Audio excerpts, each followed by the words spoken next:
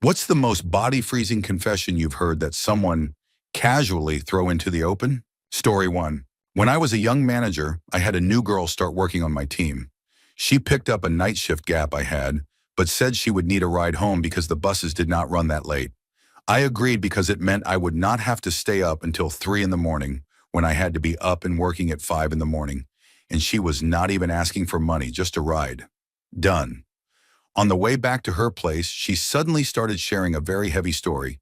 Out of nowhere, while we were just talking about shifts and overtime, she opened up. It was the 1-year anniversary of her brother taking his own life. She had been the one to find him. She had also worn out the patience of people who had been letting her stay at a rental for free out of sympathy, and the small amount of money her brother left her was gone. She told me he could not handle life anymore. He left her a note full of apologies, but she said she understood. Their dad had mistreated them both terribly since they were small, forcing situations, making them do things they never should have been made to do. Her older brother knew it was wrong and eventually told a school counselor, though it took time to get people to believe him. Authorities eventually investigated, and their parents were arrested and convicted for serious crimes. The siblings entered the foster system with no extended family to step in. When her brother turned 18, he found her again and tried to start a new life for them in another city. She went back to school, and he worked several jobs to keep them afloat, but he never got past his inner battles, even though he wanted to protect his sister. I held her hand, I cried. She sat there just wanting to be heard. I still had to go open and do orders and inventory, but did not want to leave things like that. I walked her to her door. She clearly was not ready to be alone and asked me in.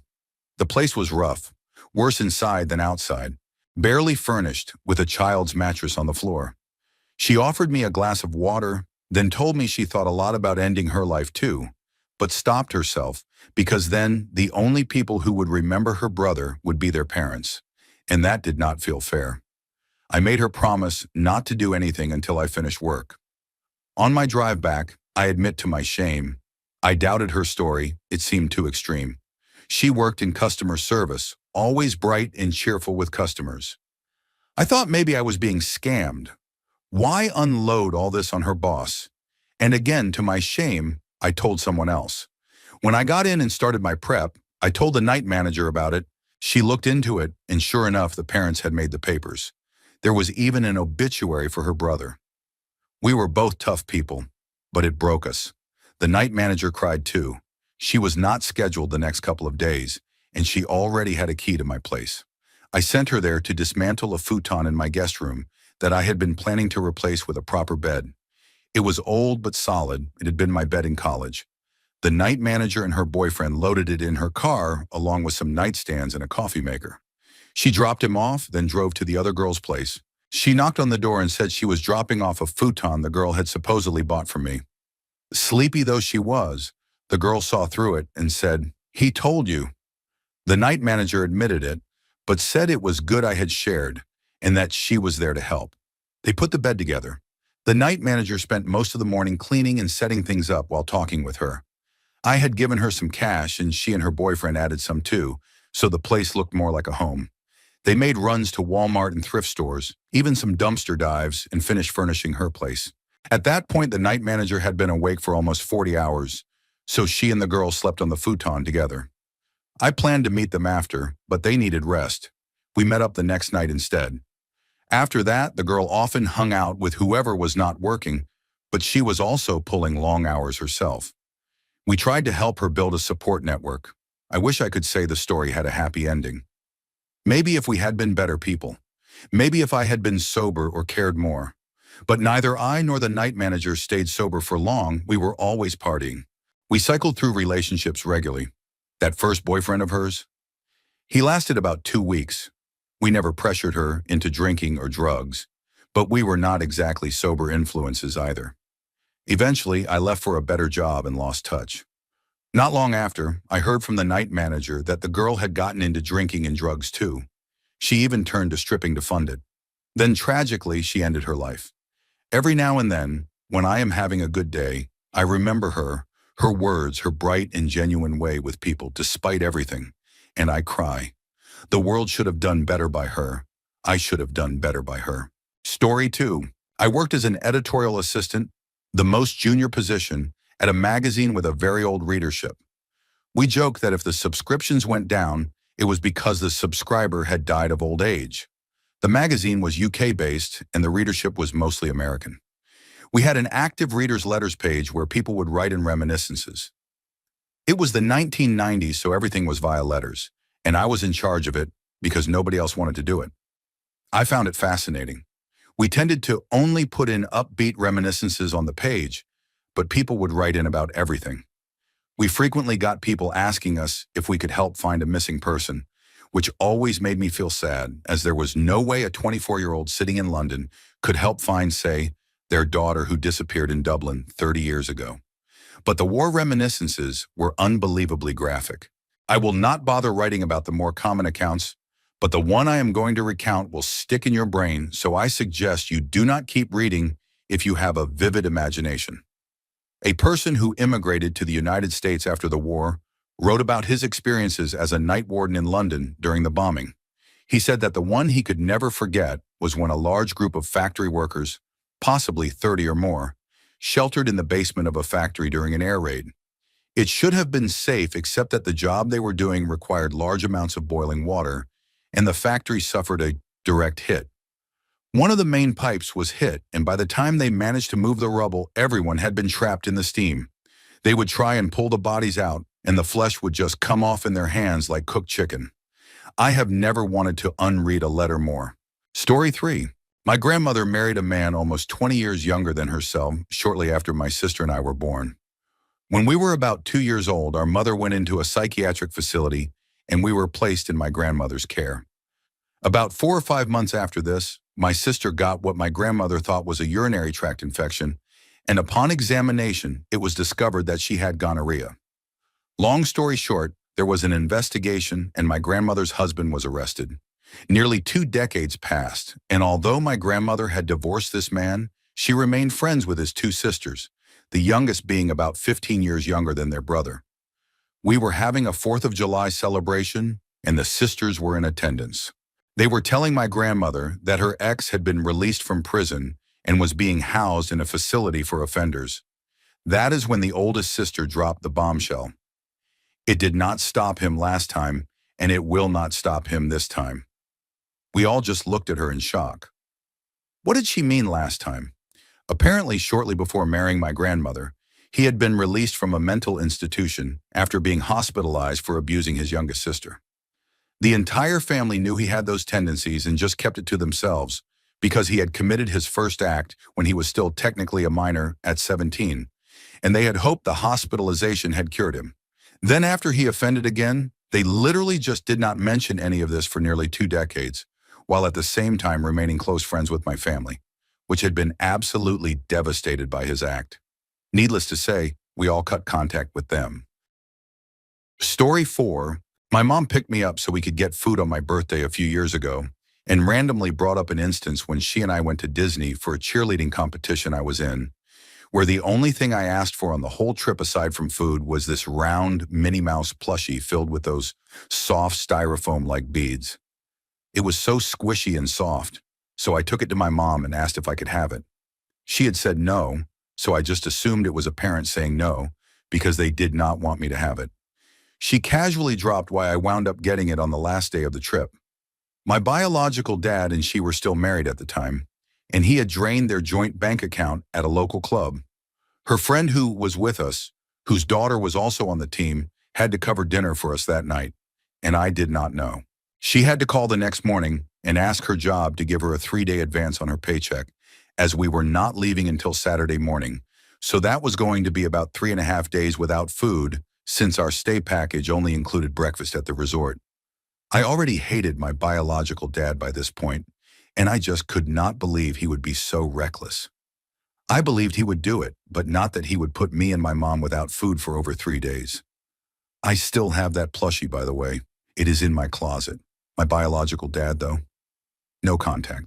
Story 5. One of my mom's friends, a tiny and friendly old man, once gave me a job at the cleaning service company where he worked. I was 18 and it was easy money. He was chatty and helpful, and over lunch he started talking about how he did not hear so well out of one ear. He then just threw out there that he had been tortured with electricity and eardrum slaps in his home country, a Latin American country under a military regime in those days, until he passed out, and he then came to his senses in a mass grave. He believed they thought he was dead and dumped him, and he woke up, crawled among the bodies, and found his way home. A tiny, friendly old man survived the kind of horror that the word hell can barely describe with accuracy. The kind of thing that would reduce me to a broken wreck, and decided to tell death to go away while he lived the best life he could. It redefined the word tough for me. It is not the hard, muscular, alpha male type of men. It is the people who have seen the devil and still continue on enjoying life because they have seen him and know what the alternative might be. Story 6. I did not know I had another uncle until I was about 12 years old. A cousin I had never met showed up, and everyone said she was the daughter of this uncle I had never heard of. He did exist, but I thought it was strange that no one had ever mentioned him my whole life. The story I was told was that he was the oldest sibling, and when he turned 18, he left for the Marines and never came back. My cousin wanted a relationship with our grandparents, but did not speak to her father. My aunts and my dad all gave different reasons that never really made sense for why someone would leave and never return. They would say things like, "He always thought he was too good for us," or "He just wanted to be important." I kept asking over the years, but always got vague answers, though they seemed genuine. Later, I became estranged from my father and grandparents and decided it probably had to do with alcoholism and enabling, and that I would never really know the truth until COVID hit and my grandmother was in the hospital. I was working as a registered nurse, and since no visitors were allowed, I went to see her. My grandmother was in her 80s, and even though we had a complicated history, I felt vulnerable elderly people should not be in the hospital without an advocate. As we talked, I realized she and I had probably never spent much time alone together. She told me many stories, and eventually she started talking about how much she hated my great-grandfather, her father-in-law. She said he was mean-spirited, cruel, and that she was actually glad when he passed away. Then she told me that what she really hated him for was telling my uncle that he was not my grandfather's son. My uncle believed him, ran away, and never listened when she tried to talk to him. She swore to me that he truly was my grandfather's son, and I believed her. That night, she developed delirium and was never fully clear again. Her last lucid conversation gave me the answer to a family secret I had been searching for my entire life. Story 7. There was this guy I hung out with once in a while for maybe 6 months before we just fell off each other's radar. My wife and I got along with him and his family fine. We just did not mesh into friendship very well. A few years later, he shows up just looking to talk to a friendly face. I have had bad times before, so I invited him in and asked how he had been. Turns out he was stressed out because his wife had an injury and told him to find romance elsewhere to unwind. They were swingers, so it was not unusual in that sense, but he thought it was a good idea to text his 12-year-old stepdaughter and her 13-year-old friend about it.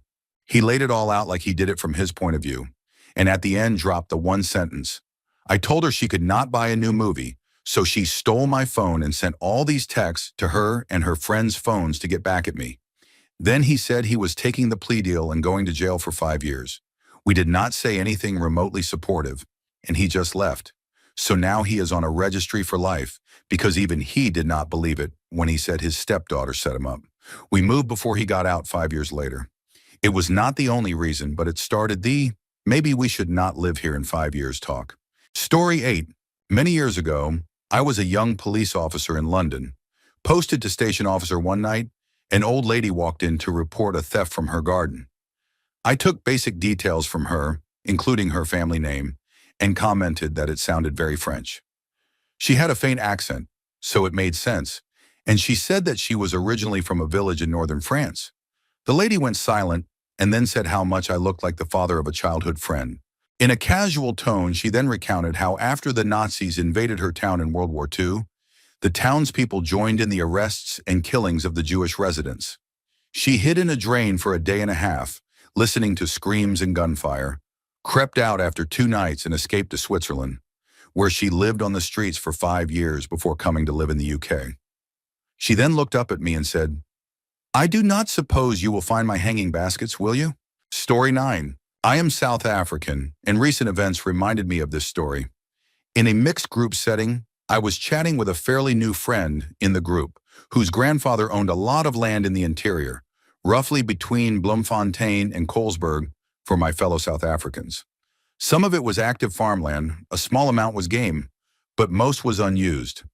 We were chatting about the hunting trips they took, farm life, and so on, when he casually dropped a humorous story about how they found out that some of the farm workers' families were considering making a case for a small ancestral land claim on an unused part of the land. When the grandfather found out, he gathered some of the family and immediately went out and bulldozed all the old graves they could find to remove any evidence of prior residence. We all stood there in shocked silence for what felt like an eternity, and I can still vividly recall the moment even now, more than 10 years later. The worst part was that he was genuinely confused as to why people started lecturing him about why that was so wrong. Story 10. I used to work nights at a hotel. One week I was scheduled for the latter half and missed that we had been housing a family friend of the general manager. This family friend was an elderly lady, at least in her early 80s. She came down to the front desk at midnight looking for a bottle of water and stuck around until about 3 in the morning, just talking about general old person stuff, stories, and so on. And I listened and replied nicely since it was an otherwise quiet night. Then she explained why she was there. She had been deemed not mentally fit to be unsupervised and had tried to go out of state with her friends against her husband's, the designated supervisor's, permission. She ran off anyway, leading to police having to find her, so her kids decided to house her at the hotel for a bit. She then went on to tell me she hated her husband because of all the trauma he caused their son, including making him work a dangerous logging job that severely injured him in his early 20s, and all the associated stories with that. To cap it off, she told me she was supposed to have medications brought to her, but her kids had not brought them yet, and it had been 3 days. She told me one of her medications was lithium, among an assortment of antipsychotics and other medicines. She said she was on it because she hated her husband so much. She tried to run him over and got institutionalized for a few weeks because of it. I pretended I had to go do some work activities in the back to get out of the conversation, but she asked if she could be swapped rooms due to wanting a better view. I passed that request to the manager on the next shift because we usually did not allow that for that reason. Flash forward to the next morning while I was training a new breakfast worker. This lady had a breakdown and was hanging out in the dining area in only a bath towel.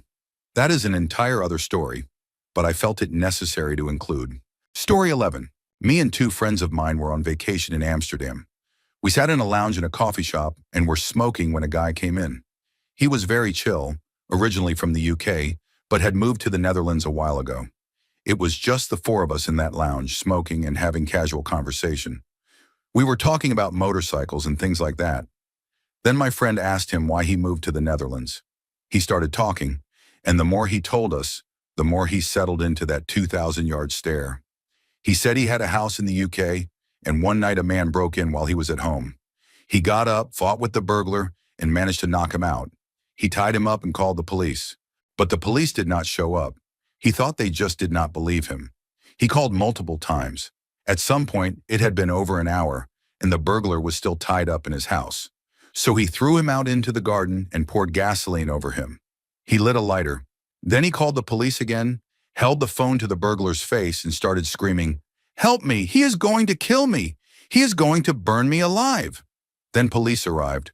They arrested them both, and both were sent to prison. After he was released, he started a new life in the Netherlands, and you could tell that story was real by the look on his face and how silent everything became when he started talking. We just sat in silence for a minute after he told us that story, and he just stared at the wall, saying nothing.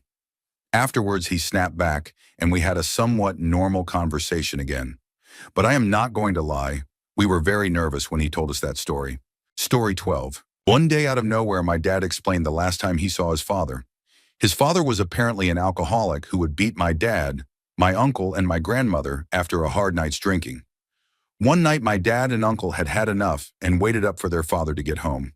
As soon as my grandfather walked through the door, my uncle threw a heavy raincoat over his head and then beat him together with my dad until he was not moving anymore.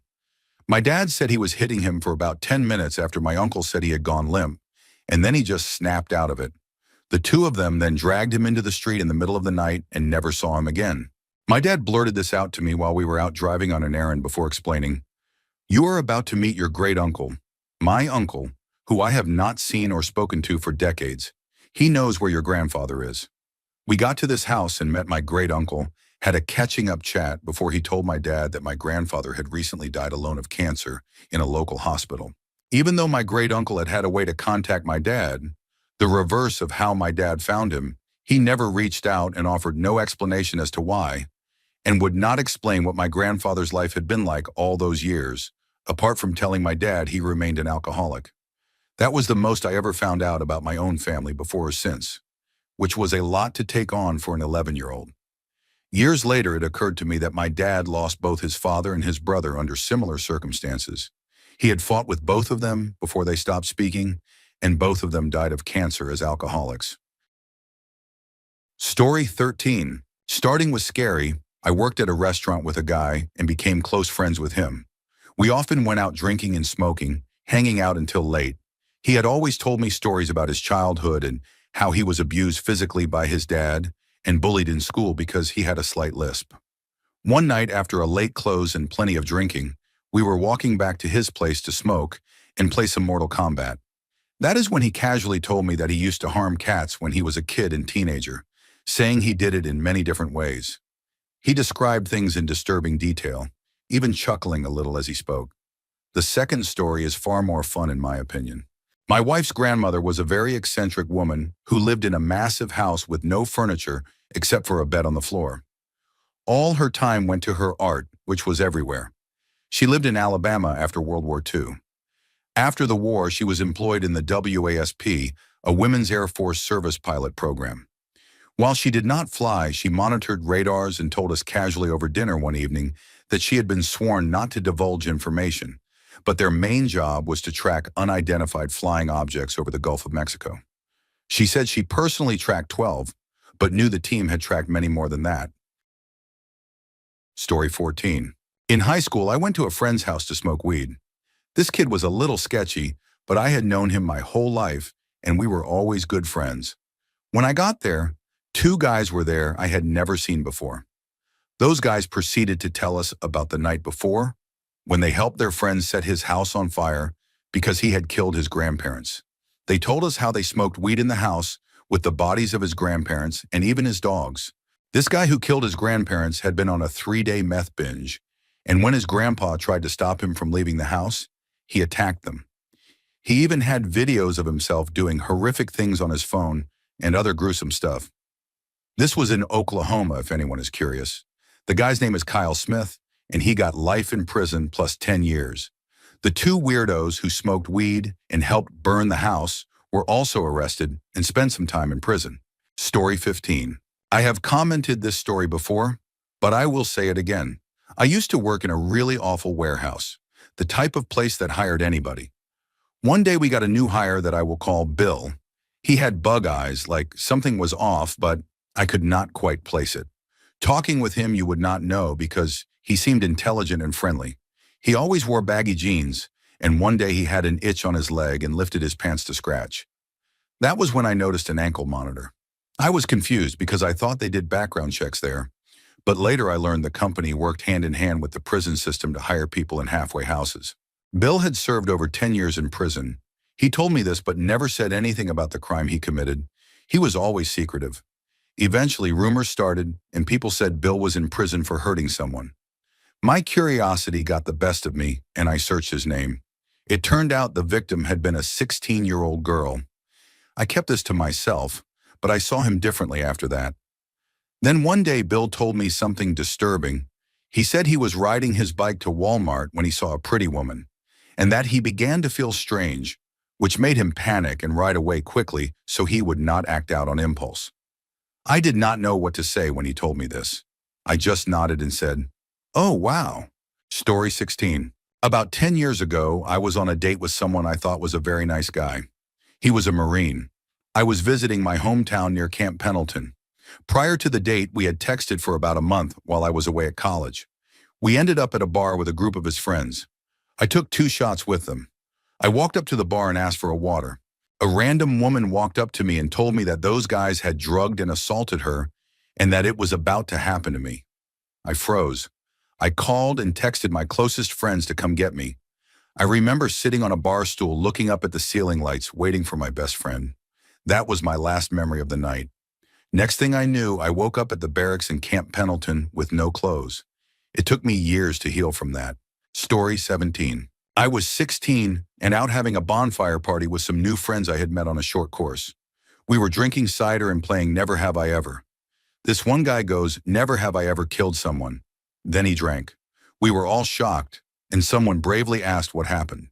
He went on to talk about how back home he had been part of a gang, and that had been the initiation task, and that we were not allowed to tell anyone. He did not explicitly threaten us, but it was certainly implied. As he was from a different country and had a very common name, there was no way for us to do anything about it. This next story is not quite a confession, but definitely a chilling moment for me. I was on a road trip with my parents when I was 16, and we were on our way to visit a village in the mountains when my dad stopped to pick up a hitchhiker. My dad loved to talk to people, and he was no small guy, so safety was not typically a concern. Pretty much immediately, something about this guy felt off. We told him where we were headed, and he started talking about how he was a police officer investigating in that village because there had been plenty of assaults committed there. Then he turned to me with a massive grin on his face, saying that I needed to be careful when I went up there, or I might really need to pay for my money. I froze and just laughed it off. We quickly dropped this guy off and pretended it never happened. For some reason, that memory stays with me more than 10 years later. Story 18. I gave a ride home to a guy I worked with, and he casually told me about 2 women he assaulted. One had gotten drunk at his place and tried to get home, but he trapped her inside a closet and forced her to do things against her will. The second, he and a friend took a woman to a park to smoke weed, and they both attacked her while holding her down. He just left after telling me, like it was some average conversation. It did not really surprise me to find out he was a creep. He was already disrespectful toward women in general. His friend, though, he had always seemed really sweet, and I did not see that coming. It was reported to police but went nowhere, as it was a he said, she said ordeal, and I had no idea who the women were. I did make it a mission to spread the word all over social media, tagging his profile everywhere. Story 19. My grandfather was crying randomly one day in the dining room, and I asked him what was wrong. He said nothing was wrong, he was just remembering the little Italian boy who saved his life. My grandfather was a paratrooper in the French Foreign Legion, the 3rd Regiment. He was stationed in Algeria during the conflict and saw a lot of fighting there. This story stood out. They were on patrol, and my grandfather was point man. He was relatively new. The Italian came up alongside him and told him to stop and survey their surroundings, because the area was a prime spot for an ambush. My grandfather said he was scanning the area in front of him when the Italian shouted, "Get down!" shoved him to the ground, and fired a burst directly to their right. The return fire was immediate, and the Italian dropped like dead weight. My grandfather's unit took cover and returned fire. He dragged the Italian to cover and started tending to his wounds, calling for the medic. He was hit in the abdomen and bleeding badly. They got him patched up, but the medic said he would need to get to the hospital as soon as possible. The fight lasted a while, but eventually the shooting slowed. It looked like the Algerians had pulled back. The unit leader called for a helicopter to evacuate the wounded, and the only one was the Italian. They loaded him on a stretcher into the helicopter, but the Algerians had not left. They had waited. As the helicopter tried to gain altitude, the enemy opened fire again. In the chaos, the stretcher slid out, and the Italian fell straight to the ground. My grandfather said he hit with a loud thud, dust rising on impact. He was wide in the open, so no one could get to him despite trying. The helicopter left. This time, my grandfather's unit did not wait for the firing to subside. They were furious, and they went after them until they were absolutely sure there would not be another ambush. When it was finally over, he ran to the Italian, who had died from the fall. My grandfather saw a lot of horrors, but this was the one that haunted him the most. A young man died saving his life. The amount of blood he saw, and his belief that it was his fault, affected him until the last day of his life. He could not even see a small cut without feeling physically sick. and it was the first time he took the life of another person out of anger. It was the only story he told about his time in Algeria because he said it was the worst day of his life. Story 20. We were standing around at work with maybe 5 or 6 people, all taking turns making jokes and telling stories. The boss was also hanging out with us. One of the newer guys started telling a story like we were all going to get a laugh out of it. Basically, he and his cousin went to a party and tried to hook up with a couple of girls. They split off into couples. His cousin got rejected by one girl and got mad, so he went home, leaving him there. He woke up drunk and saw his cousin was gone. Apparently, he freaked out, thinking something shady had happened. He pulled out a knife and demanded the girls' phones. He kept asking what they had done with his cousin, convinced they had hurt him or someone else had. He terrified those girls while demanding answers. Eventually, his cousin called back saying he just got mad the girl would not give him what he wanted and had left. The guy then gave their phones back and stayed at their apartment until his cousin picked him up. Everyone just stared at him in shock. My boss walked away halfway through so he would not have to listen. I told him, I would probably never tell that story again if I were you. I have a daughter, and I dread the thought that her just trying to have fun one night could lead her into crossing paths with guys like that. He had no idea how much he must have scared those girls. He thought it was just a funny misunderstanding about his cousin being rejected. Story 21. My mother told me about what made her decide to leave my father. They had an age gap marriage. She was 20 when they got married, and he was a 40-something Vietnam War veteran with severe post-traumatic stress and a heavy drug habit. One night after a binge, he had a flashback episode and had no idea where he was, when he was, or who he was with. I was about 14 months old and he went to my crib and grabbed me. My mother said he was holding me like a hostage with a gun to my head, screaming at everyone, my mother and my infant brother, to get back. He even fired the gun inside the house but did not hit anyone and was promptly arrested. The funny thing is, she did not leave after that. It took her another year or so to actually leave. Then 2 summers ago, while drunk, she leaned over and got close to my ear and asked me if I remembered whether or not I enjoyed it when my father hurt me as a 2-year-old. Let me assure you, I knew something had happened because of medical issues growing up, but I had no idea that was what it was. And she was so casual and cruel about it. Another person once said you cannot pick your family, and they were right. My father lost all rights, later had another daughter that he named after me, which was disturbing. My mother has been aggressively removed from every corner of my life, and I just go on being the person I am, carrying all of that darkness. Story 22. My grandma once casually told me about the time my mom wanted to kill my grandfather. We were just doing the dishes together when she suddenly started talking about how she was actually glad her ex-husband died and was tired of pretending to be sad about it. She said he was a drunkard who abused her and my mom. That part I knew because I had overheard people talking about it many times. But then she told me about the night he came home drunk, started dragging her around the room while my mom was crying. Then he grabbed something and threw it, shattering the window. He took some money they had hidden from him and headed back out. Allegedly at that moment, my mom grabbed a piece of broken glass and ran at him, screaming that she was going to slit his throat. My grandma had to hold her down until she calmed down. After telling me this story, my grandma casually went on talking about the good old days and how much better things used to be, while I was having an existential crisis over the fact that I used to love my grandfather as a little boy. I thought he was such a nice man when I was younger. Story 23. I always tell this story simply, but this is what happened. I was around 11, sitting in the car, when a discussion about abortion came on the radio. Something about pro-choice versus pro-life. I told my mom that I could never get an abortion. I believed all life was valuable. At this point, I had already been tortured and abused by her, had an emergency removal by Child Protective Services, been homeless with her, and many more awful experiences. Not much could leave me speechless, but she just looked forward, expressionless, and said, I was going to get an abortion with you. I wanted to.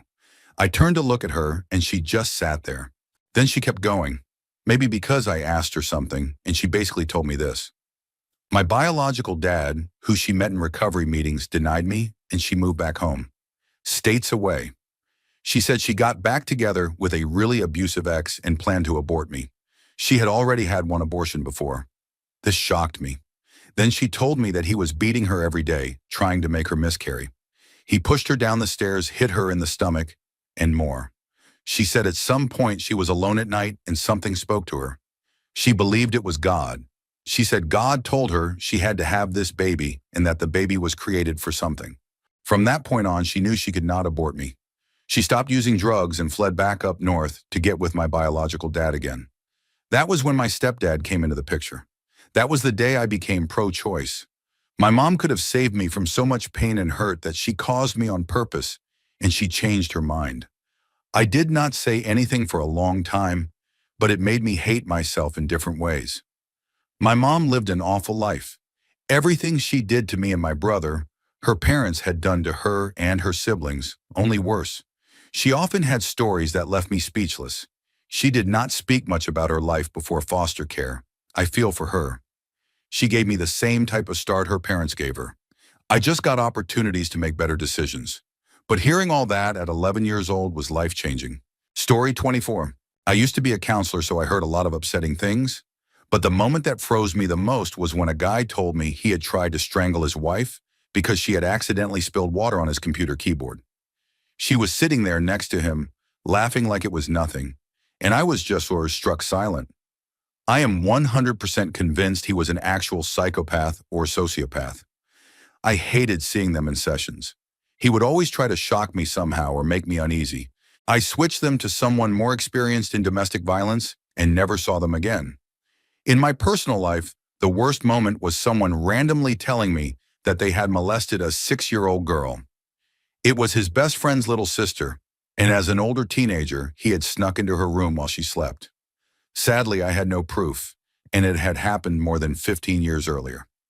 I was a mandated reporter at the time, so I told my supervisor, but there was nothing we could do beyond that. Story 25. I worked as an editorial assistant, the most junior position, at a magazine with a very old readership. We joked that if subscriptions went down, it was because the subscriber had died of old age. The magazine was UK-based, and the readership was mostly American. We had an active readers' letters page where people would write in reminiscences. It was the 1990s, so everything came by letter, and I was in charge of it because nobody else wanted to do it. I found it fascinating. We tended to only put upbeat reminiscences on the page, but people would write in about everything. We frequently got people asking us if we could help find a missing person, which always made me feel sad, as there was no way a 24-year-old in London could help find, for example, a daughter who disappeared in Dublin 30 years ago. But the war reminiscences were unbelievably graphic. I will not bother writing about the more common accounts, but the one I am going to recount has stuck with me. A man who immigrated to the United States after the war wrote about his experiences as a night warden in London during the bombings. He said the one he could never forget was when a large group of factory workers, possibly 30 or more, sheltered in the basement of a factory during an air raid. It should have been safe, except the job they were doing required large amounts of boiling water, and the factory suffered a direct hit. One of the main pipes was struck, and by the time they managed to move the rubble, everyone inside had been trapped and killed by the steam. They tried to pull the bodies out, but the flesh would just come off the bone in their hands like cooked chicken. Story 26. My grandparents casually slipped in a story about nearly giving my dad up for adoption. My dad definitely had no idea and was shocked when I told him. After some time, he was able to reflect and said that some of his life events now made sense. The story was not as bad as it first sounded, but here is the context. My grandparents were non-Jewish German citizens. They were both from fairly normal to upper-class German families during World War II. No one in their family was directly involved in the war effort, and they were too young to be part of the youth movement, probably about 10 years old at the time. They met after the war, got married, and had 2 kids. My dad was the third born. My grandmother's sister was not able to have children and asked my grandmother to adopt her third child, which was my dad. Apparently, it almost happened, but my grandmother backed out because she could not go through with it. They kept him, and later the family immigrated to the United States to escape post-war life. My grandparents eventually had 6 boys in total. What my dad realized later was how differently his aunt had always treated him. For birthdays, he would get extra special presents. She gave him more attention and clearly had more favor for him compared to his 5 brothers. He now knows it was because he had almost been adopted by her. It blew his mind, even though it was told to me in such a casual way. This came out during a weekend trip when I visited my grandparents on a whim. My grandfather liked his bush beer and would apparently let gossip slip after a few cold ones. They also dropped other big stories that day. I guess they were getting older and wanted to share. My grandfather was about 88 at the time. He passed away 2 years ago at 93. My wife and I sometimes reminisce about that day and all the stories we heard. People who lived through World War II really do have stories. Story 27. My ex-boyfriend would randomly tell me very dark things with little to no warning when we were together. It was a toxic and abusive relationship, which is why these things were said and why it continued. I was very concerned for him, but he also scared me a lot. Examples. He told me about hitting or kicking his dog. He also kicked me a couple of times, even in front of people. He told me he had dacrophilia, meaning he could get aroused when people cried, and he would get angry if I asked whether it applied to me. I am sure it must have sometimes, but he insisted it only happened when people he disliked cried. He told me unprompted that he had seen a video online of a young woman being beaten by a group of men, and that it turned him on.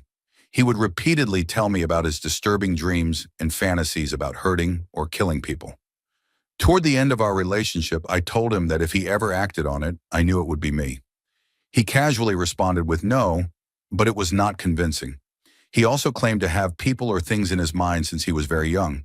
They had names, different personalities, and he would even draw them. According to him, some of them liked me, and some did not. There was one female figure, and apparently I looked a lot like her. I could go on, but this is the most I have ever said publicly about it, and it is very exposing and scary. For anyone out there trapped in a relationship with someone who scares, hurts, or disrespects you, I know what you are going through. I am so sorry. Story 28. I was afraid of flying as a teenager, so my parents let me take a bus from San Francisco to Salt Lake City to visit my grandparents. It left late, so we went through Nevada, hitting a bunch of small casino towns just as dawn broke. It was surreal and strangely beautiful. At one of the stops, an older hippie got on and sat with two wannabe gangsta teens near me. They started talking, and it turned out they all had prison stories. The teens had been in for petty teenage stuff, but the hippie had done real time for beating a man into a coma. He told the story with complete derision and dismissiveness, like being locked up was just bad luck rather than the consequence of his actions. At that point, the teens went quiet because it was clear he was on a completely different level of crime than they were. But he kept talking and said his sentence got extended because the man he beat later died from his injuries while he was still in prison. The way he spoke made it sound like the man had died just to spite him. The whole story had this, "aw shucks, look at my bad luck" vibe. The rest of the bus ride was very quiet after that. Story 29. Back in 2015, when I was 20, I went to the bank on a Saturday morning. This branch only had the drive-thru open on Saturdays. There was an older lady standing in the drive-thru lane between my car and another car. She came up to me and asked if she could sit in my car because the tellers would not help her if she was not in a vehicle. Being naive, I said yes. We started talking about little things like the weather and local news when she suddenly dropped one of the creepiest things I have ever heard in person.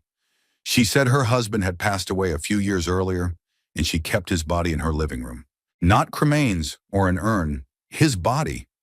She said she liked looking at him and often changed his clothes. I have no idea if that is legal. It probably is not. I do not know how he died or whether she had anything to do with it. I did not want to get involved or risk ending up like him. I just wanted her out of my car without making a scene. Thankfully, the car in front moved, and it was our turn. After she finished her transaction, she got out of my car and left. I was too shocked and dumbfounded to even mention it to the teller. I will never let a stranger into my car again, no matter how harmless they look. Story 30. I did a year of my training as a clinical psychologist in a forensic psychiatric hospital, the kind of institution where people end up after they have pled not guilty by reason of insanity or after they have been found unfit to stand trial. One of my tasks was sitting down one-on-one with patients and obtaining an updated assessment of their understanding of the crime they had been charged with. This meant interviewing them for about an hour about every detail of what happened, exploring their understanding of their mindset at the time, getting a sense of their current mindset and of their current attitude towards what they had been accused of. I then had to write up a report that was presented to the course and also used in refining their treatment plan in the hospital. I did this with people who had been charged with assault, soul assault, murder, and even cannibalism. I did about 50 of these over the course of a year, so as you can imagine, I heard some very serious confessions. Not many people can say they have heard someone confess to eating a loved one. Story 31. Not exactly a confession, but it was extremely jarring, and it came up with absolutely no warning. At my first professional job, I had a coworker I will call Jane. To give a bit of background, Jane was a rather small, quiet woman, likely in her late 30s, although possibly older as her hair was already graying at the edges. In all honesty, she reminded me of Velma from the old Scooby-Doo version I watched as a child, but with much longer hair. Anyway, as I said, Jane was very quiet and we had little to no interactions. The only time we ever spoke was when we happened to be at the copy machine at the same time. She would say hello or good day, and I would return the greeting, and then we would move on with our day. One day we were at the machine at the same time, exchanged our usual greeting, and a few moments later Jane slowly began talking about how stressful her week had been. It was a kind of one-sided conversation, but she addressed it to me, so I nodded along. At first she mentioned ordinary stressors, deadlines at work, issues with her kids misbehaving, and so on. But then out of nowhere, and with the same matter-of-fact tone, she mentioned how just last night she had been in the car with her husband when they were arguing and he suddenly snapped. He drove off the road into the woods before coming to a halt. He then pulled out his handgun from the glove box, deactivated the safety, and put it to her head. He alternated between rambling about how tired he was of her and asking her if arguing with him was worth her life.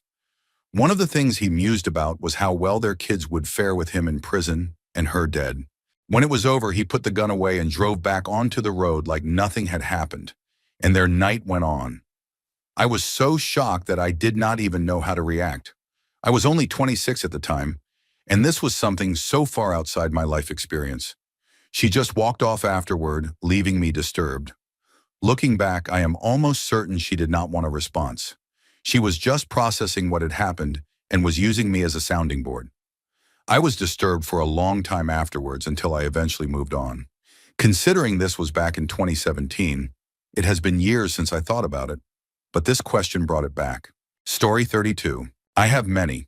When I was very young, maybe 7 years old, my mom opened up to me about some of her traumas. Kind of like how others have said, it just randomly came out because she seemed like she needed to tell someone. I was too young to be hearing these things, but it does help me understand her better now. We do not get along very well. First, she told me that when she was about 4 years old, her dad took her little kitten outside and killed it in front of her. Another time, she told me about when she was a teenager, and a boy she did not know pulled up in a convertible and offered her a ride. She said once they were driving, he pulled out a bag of silver paint and started inhaling it. By the time he pulled over, it was all over his mouth and nose. She once told me about a terrible experience where she was mistreated and left feeling powerless. I don't think she ever shared the full weight of it with anyone else. On another occasion, when I asked about her separation from my dad, she admitted that his struggle with alcohol had deeply affected our family. He would often come home late from nights out, sometimes leaving the front door wide open. She mentioned that, during one argument, he pushed her while holding me in his arms as a small child. Thankfully, I have no memory of that moment. Later, she confided that even in her own childhood, she had faced betrayal within the family. I too remember an unsettling moment during a holiday gathering when a relative crossed a boundary with me.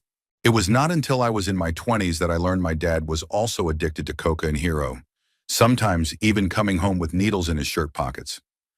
I was told he once accidentally burned down his parents' house while high.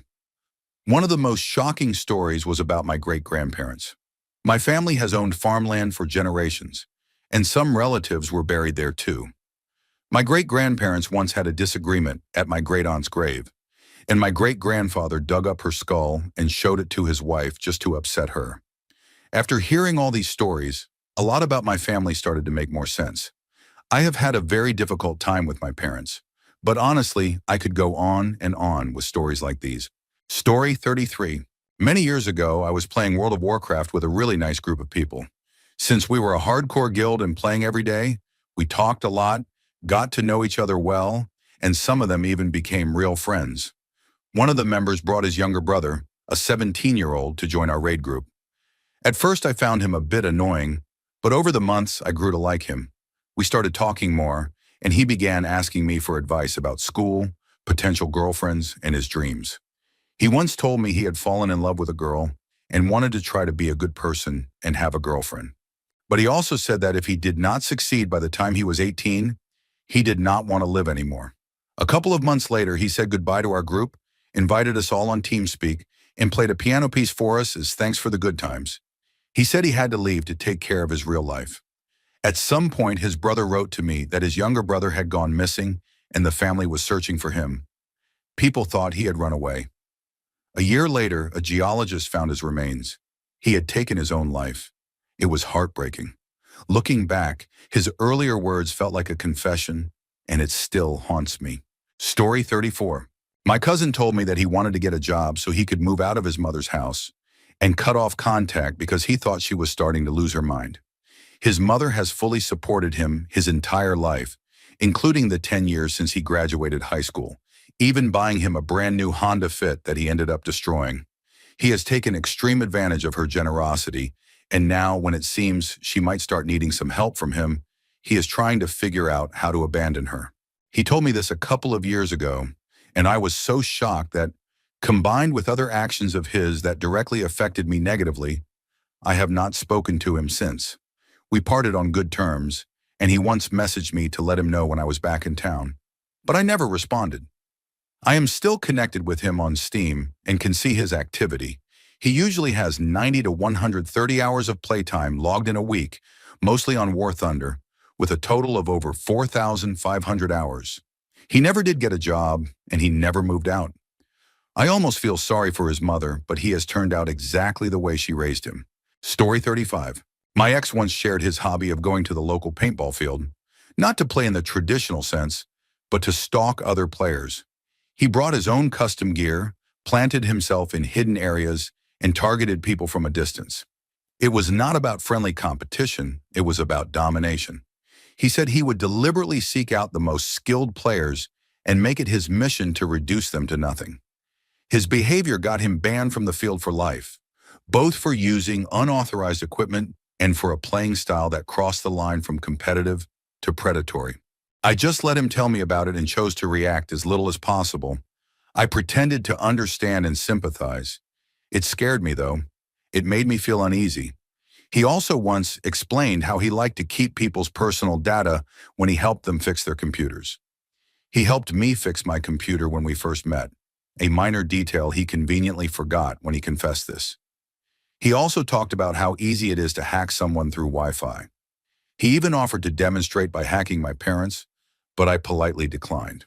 Story 36. I am from a small town, but for a year of middle school and 2 years of high school, I went to an even smaller school one town over because my parents thought there would be fewer bad kids and fewer bad things for me to get into at the tiny school.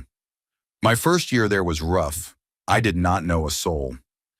I made friends the first week with a somewhat popular kid who was the only other person wearing metal band t-shirts and wide jeans like I did, instead of Wranglers. About 6 weeks into 8th grade, I started going out with a popular girl who was best friends with my new best friend's longtime girlfriend. The four of us went to the movies to see Forrest Gump, and during the scene where Jenny and Forrest are hiding from her drunk father, my buddy seemed uncomfortable. He and his girlfriend got up and walked out, making some comment about trying to bum a cigarette from someone outside. My date turned to me and began to explain that my friend's parents had split for a time 2 years earlier. His little sister had gone with his mom while he stayed with his dad, who I had met before, a quiet, serious cowboy type who worked nights as a supervisor at the local distribution center. She went on to say that the mom had run off with a co-worker and that just a few months later, that co-worker had hurt his sister badly. When his mom found out she came back with the sister, the police got involved and the co-worker was arrested. I had no idea. Fast forward a few weeks, and I was staying over at his house, as I often did, because his dad worked nights and we could play music loud, smoke, and hang out. At some point, we started talking about his sister because he could not find his jacket and thought she had taken it. I asked him what happened to his mom's coworker, and he casually said, "Yeah, he's in prison for like 15 years." I asked him if his mom had gone back to that man, since everyone at school knew she had taken off again, and this time left his sister. He said, "Oh no, she's not with anyone." The next day, we were riding on his four-wheeler along the fence line of his dad's property as part of his chores. As we went, he started pointing out places where he had buried coyotes he had shot, which was common since they killed chickens and pets. He pointed and said, "There, there by that tree, by that big rock." And then, in an absolutely matter-of-fact tone, without slowing the pace on the four-wheeler, he pointed to a tree with a large rock next to it and said, "That's where my mom's buried." And then he just kept driving. Story 37. My mom almost did not exist. My grandfather served in the Second World War in a type of tank he called a half-track. My entire life I can remember him saying maybe 2 or 3 sentences to us each visit. We always joked that Grandma spoke enough for both of them. When Grandma had a heart attack and ended up in the hospital, my sister and I went down to help clean the house and finally moved them into assisted living. He was not happy about it. While we were there, Grandma had another heart attack and they took her back to the hospital. Because of COVID, which was on the decline at that point, the hospital would not let him in until she was settled in a room. He refused to leave without seeing her, so we just sat in the car and waited. I will never forget those hours. I remember hardly breathing for fear that Grandpa would stop talking. He told us about the wars he served in Vietnam, Korea, and the Second World War. He told us about the war games he helped design for Vietnam and Korea. Then he told us about Germany. He could not remember the name of the village, but his half-track got hit and he was injured badly. They radioed it in and left him in a bakery in the village to be picked up by the next group of medics. Our family name was on his uniform, and it is a traditionally Jewish name. When the people in the village saw it, they started beating him. He felt himself slipping away and began praying in Latin. My grandfather was a very devout Catholic and knew a lot of Latin. He repeated the Lord's Prayer in Latin as they beat him until someone heard and stopped them. They asked him in broken English, "Are you Catholic?" He whispered yes and tried to nod, not sure what they would do. They stopped. They left him bleeding on that bakery floor until a unit came in and picked him up. I remember looking at my sister as he kept talking, wanting to say we should be recording this. It was the most I had ever heard him speak in my entire life. He went on to tell us about his sweetheart and how much he loved Grandma. He is declining quickly now and only gets up to go visit his sweetheart when he can, even if she mostly sleeps and does not remember us anymore. I would give anything to go back to that night in the car and record those stories of the war, his service, and how much he loves her. He has compiled a lot of his own writing and research on our family and his life. He shared the binders with me the last time I visited. I am a researcher, so he told me he wants me to write his story someday. I promised him I would, and I hope I can do him justice by telling the story of how much he loved his sweetheart and served his adopted country as a first-generation immigrant.